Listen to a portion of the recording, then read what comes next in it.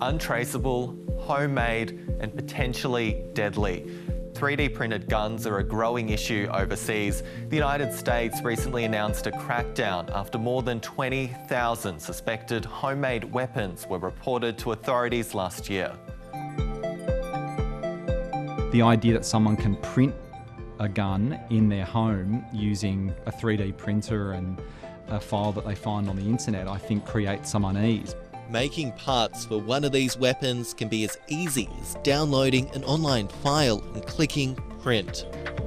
Now, Ali, this isn't a working gun, but it is an example of what somebody could potentially make at home. Yeah, so this looks very similar to the most commonly 3D printed gun that's available on the dark web and illegal websites, but it's very similar in terms of how it operates. So it's also made out of parts that you put together, for example, for the trigger, and then there's also options to change different nozzles for different bullet types and cartridges. Let's take a look at how 3D printers actually work. Now, this is a 3D printer that we've got here. What's it doing now? So it's basically taking this, which is a spool of filament, and it's basically melting it down to a very thin layer, and it builds it up layer by layer, depending on the design. Files can be sourced from the US, where they're legal to make.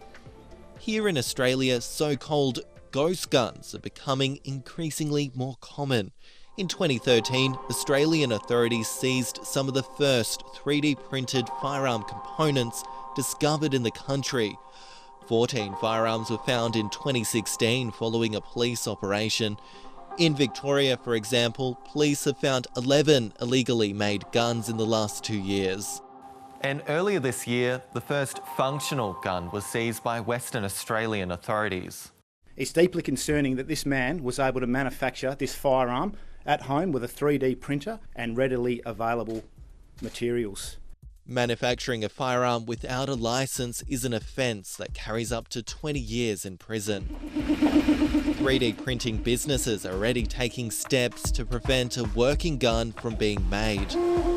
We do a reverse search on the file names, and there is a database of all of these gun components. Even changing the size of parts. So that it's out of sync in terms of measurements with other components so that it can't be fitted in. But because they're plastic, if they do work, they are often only good for one shot. My sense is that what that does is create some level of fear or a level of unease among particularly Australians, because we live in a very heavily regulated firearms context.